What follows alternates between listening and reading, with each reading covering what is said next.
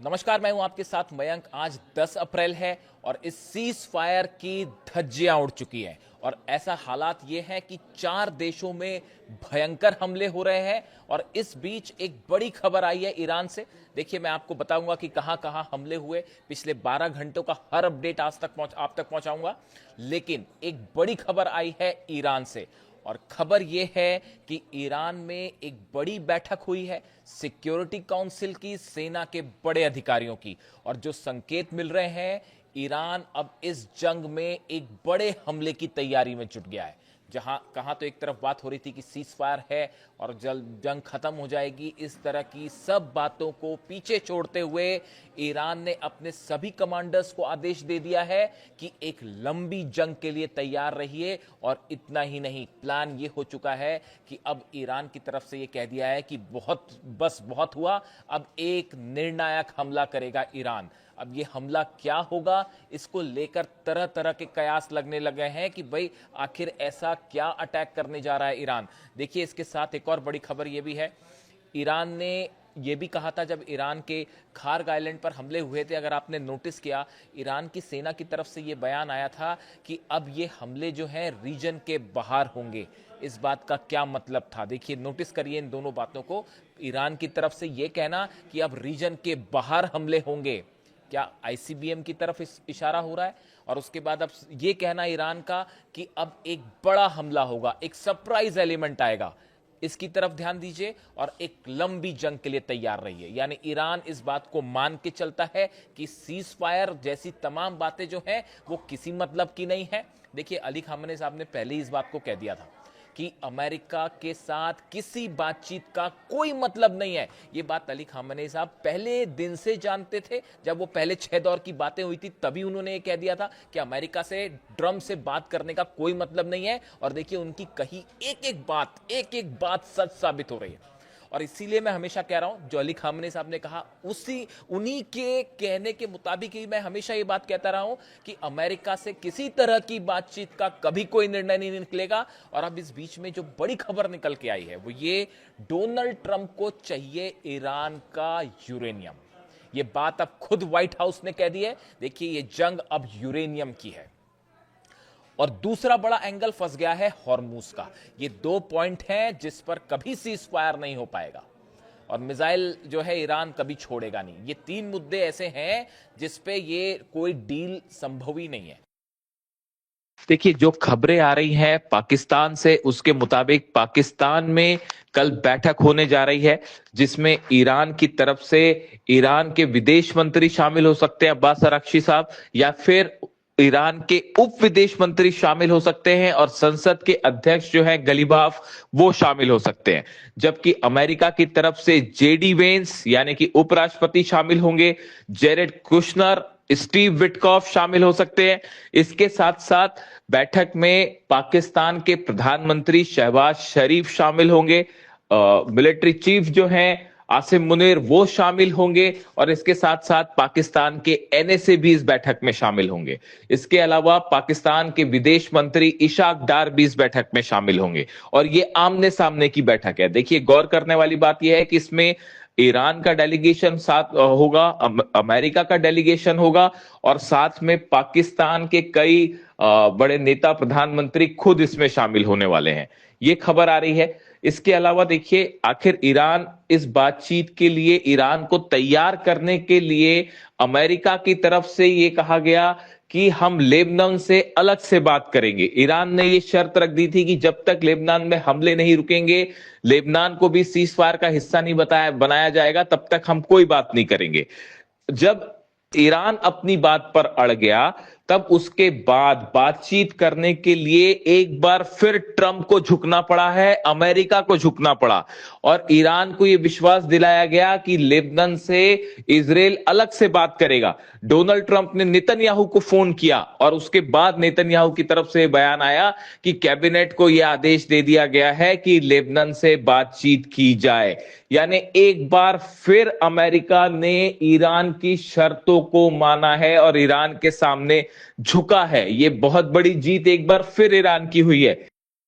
देखिए, पहले हम यूरेनियम की बात कर लें। जो ऑपरेशन पायलट को बचाने के लिए हुआ था वो असल में यूरेनियम की जंग थी और अब डोनाल्ड ट्रंप, ये जो हमले हो रहे हैं इजराइल की तरफ से लगातार लेबनान में और ईरान में भी हमले हुए हैं, ये हमले सिर्फ इसलिए हो रहे हैं, ये डोनाल्ड ट्रंप के कहने पे, अमेरिका के आदेश के बाद इजराइल ये हमले कर रहा है। और उसकी वजह ये है कि डोनाल्ड ट्रंप खुद नहीं चाहते, अमेरिका खुद नहीं चाहता कि यहां पे सीज फायर हो, बल्कि शायद प्लानिंग ये है कि अमेरिका सीधे हमले ना करे, इजराइल के जरिए जंग को जारी रखा जाए। और जंग को जारी तब तक रखा जाए जब तक यूरेनियम नहीं मिल जाता, क्योंकि 450 किलो जो यूरेनियम है कहां है कोई नहीं जानता। और ईरान के पास यूरेनियम होने का मतलब है अमेरिका के सारी पूरी की पूरी जंग फेल, जितने उद्देश्य थे वो सारे फेल, और उसके बाद न्यूक्लियर बम बनाने से ईरान को कोई नहीं रोक पाएगा।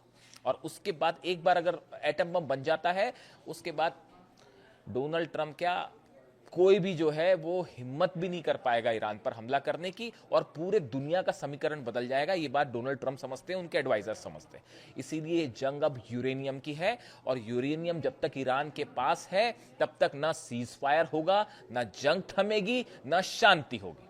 ये बेसिक बात है जिसको समझिए। देखिए दूसरी चीज, straight of Hormuz. Straight of Hormuz पहले खुला हुआ था, उसको हमले के बाद अब वो बंद हो चुका है। और अब जैसा आपने देखा होगा खबरों में कि ईरान ने तो अब नया रास्ता बता दिया है कि देखिए यहीं से शिप निकालिएगा, वरना बारूदी सुरंगें बिछी हैं, वो लड़ाक आइलैंड के दूसरी तरफ से घूमते हुए जाइएगा। अगर करीब से आप गुजरने के पुराने वाले रास्ते से जाएंगे तो सब जगह माइंस बिछी हैं और वो धमाके हो जाएंगे। मैंने आपको पहले ही कहा था कि डोनाल्ड ट्रंप ये चाहते थे कि सीज फायर हो और अमेरिकी सेना को वहां पे मॉनिटरिंग की जो है परमिशन मिल जाए और वहां से माइंस हटाई जाए। जब तक माइंस नहीं हटती तब तक अमेरिका का एक भी सैनिक स्ट्रेट ऑफ हॉर्मुज में कदम नहीं रख सकता, वरना धज्जियां उड़ जाएंगी। ये बात हर डिफेंस एक्सपर्ट समझता है। तो अब ये बात यहां पे आके फंस गई है। मैंने इसका जिक्र इसलिए किया क्योंकि ये जो बातचीत वाली बात हो रही है, एक दौर नहीं 1000 दौर की बातचीत हो जाए उसका कभी कोई निर्णय नहीं आएगा, क्योंकि इस सीज फायर की शुरुआत धोखे से करी अमेरिका ने। मन में धोखा है और एक्शन में भी धोखा है। यही बात अली खामेनेई साहब, इसीलिए कहा जाता था कि अली खामेनेई साहब जो है वो अमेरिका और डोनाल्ड ट्रंप की रग रग से वाकिफ है। और आज इसीलिए ईरान की सेना भी उन्हीं के नक्शे कदम पर चल रही है। इसलिए जो मीठी मीठी ऊपरी बातें हैं, कभी कुछ कभी कुछ कभी कुछ, इस पे ना ईरान की सेना को विश्वास है, ना ईरान के किसी नागरिक को विश्वास है, और वो एक लंबी जंग के लिए तैयार है। और मैंने आपको जो इशारे में कहा वो समझ जाइए कि ईरान की तरफ से अब एक बड़े हमले की तैयारी है। अब वो कुछ भी हो सकता है, अभी उसके बारे में स्पेकुलेशन करना ठीक नहीं है, लेकिन खतरे में है इजराइल का न्यूक्लियर प्लांट। बस इस बात को समझ जाइए आप। खैर आगे बढ़ते हैं। जेडी वेंस ने कहा है कि स्ट्रेट ऑफ हॉर्मुज में अगर नहीं खोला गया तो सीज फायर खत्म हो जाएगा। तो वो हमारे ईरान पहले से मान के चल रहा है, वो किसी सीज फायर को मान ही नहीं रहा है, वो जो करना है कर लो, वो तैयार है। उसने अपना एजेंडा दे दिया है कि साहब आप अगर इस एजेंडे पे बात करते हैं तब ठीक है, वरना जो करना है करिए। ईरान ने 3 पॉइंट भी गिना दिए। लेबनान पर जो हमले हो रहे हैं, ईरान ने कहा हमारा साथी है हिजबुल्ला और हम अपने साथियों को छोड़ के भागते नहीं है। ये बात पहले दिन से साफ है। तो लेबनान पर हमले रोकिए, यूरेनियम एनरिचमेंट का अधिकार हमारे पास रहेगा, और ये जो बीच बीच में हमले हो रहे हैं ईरान के ऊपर और सहयोगियों के ऊपर, इसको रोकना होगा। ये 3 शर्तों का उल्लंघन पहले दिन ही हो गया है इजराइल की तरफ से, अमेरिका की तरफ से। सीज फायर फेल है। अगर हम हमलों की बात करें, ईरान में करज में धमाके हुए हैं, शिराज में धमाके हुए हैं, अहवाज में धमाके हुए हैं। अब ये धमाके आईडीज के थ्रू हुए हैं या फिर किसी तरह के ड्रोन अटैक थे, इसका इंतजार करना पड़ेगा। लेकिन ईरान में लगातार हमले जारी हैं। इसका जवाब ईरान ने भी दिया है, और तेल अवीव समेत इजराइल के कई ठिकानों पर धमाकों की खबरें आ रही हैं। अब देखिए वो सीज फायर है, लेकिन वो बात का सीज फायर है, और ईरान पे जहां हमला होता है ईरान उसका फौरन जवाब दे देता है। जो सऊदी पर हमले हुए, इराक में हमले हुए, इराक में काउंसलेट पर फिर से हमला हुआ है, इराक में अमेरिकन सेना के बेसिस पर फिर से डायरेक्ट स्ट्राइक हुई है बगदाद में। तो ये ईरान के पलटवार लगातार जारी हैं। और जैसा स्टेटमेंट आया, ईरान की तरफ से कहा गया कि हमारे पास अभी 15,000 मिसाइल्स बची हुई हैं और हमारे पास अभी भी 45,000 ड्रोन बचे हुए हैं। ईरान की इस बात पर मुझे विश्वास नहीं है। इसलिए नहीं है क्योंकि मेरे मुताबिक ईरान के पास 50,000 के आसपास मिसाइल्स होनी चाहिए। समझे आप? तो भले ईरान ये कह रहा है कि हमारे पास 15,000 मिसाइल हैं, लेकिन मेरा एनालिसिस ये कहता है जंग में हर चीज बताई नहीं जाती। तो अगर कुछ लोग ये सोचते हैं, ये जो स्ट्रैटेजी चल रही थी डोनाल्ड ट्रंप की कि इनकी मिसाइल खत्म होने दी जाए, इनके ड्रोन खत्म होने दी जाए तो ये हमला नहीं कर पाए और जंग जीत जाएंगे, भूल जाइए। कम से कम 2 साल तक की जंग लड़ने को ईरान तैयार है। और जो एक्सपर्ट्स का कहना है, जब बयान आया ईरान का कि हमारे पास अभी भी 15,000 मिसाइल्स हैं, तो ये एक प्रकार से अब आप क्या कहा जाए समझ जाइए। मेरा एनालिसिस कहता है कि कम से कम 50,000 मिसाइल्स हैं ईरान के पास और 2 साल की जंग को तैयार है और बड़े लेवल पर प्रोडक्शन लगातार चल रहा है। चीन से जहाज पहुंच रहे हैं बारूद से लदे हुए, जो मिसाइल्स बनाते हैं। इसके अलावा देखिए, कई ठिकानों पे इजराइल पर हमले हुए हैं, लगातार मिसाइल्स बरस रही हैं। अब ऐसे में सवाल ये है कि क्या किसी तरह की बातचीत का नतीजा निकल पाएगा? उम्मीद बेहद कम है। क्या जुम्मे पर ये जंग एक बार फिर से भड़क जाएगी और क्या फुल फ्लेजेड वॉर होगा? कहा यह जा रहा है कि शायद अमेरिका सीधे हमले ना करे और इजराइल के जरिए इस वॉर को आगे बढ़ाए।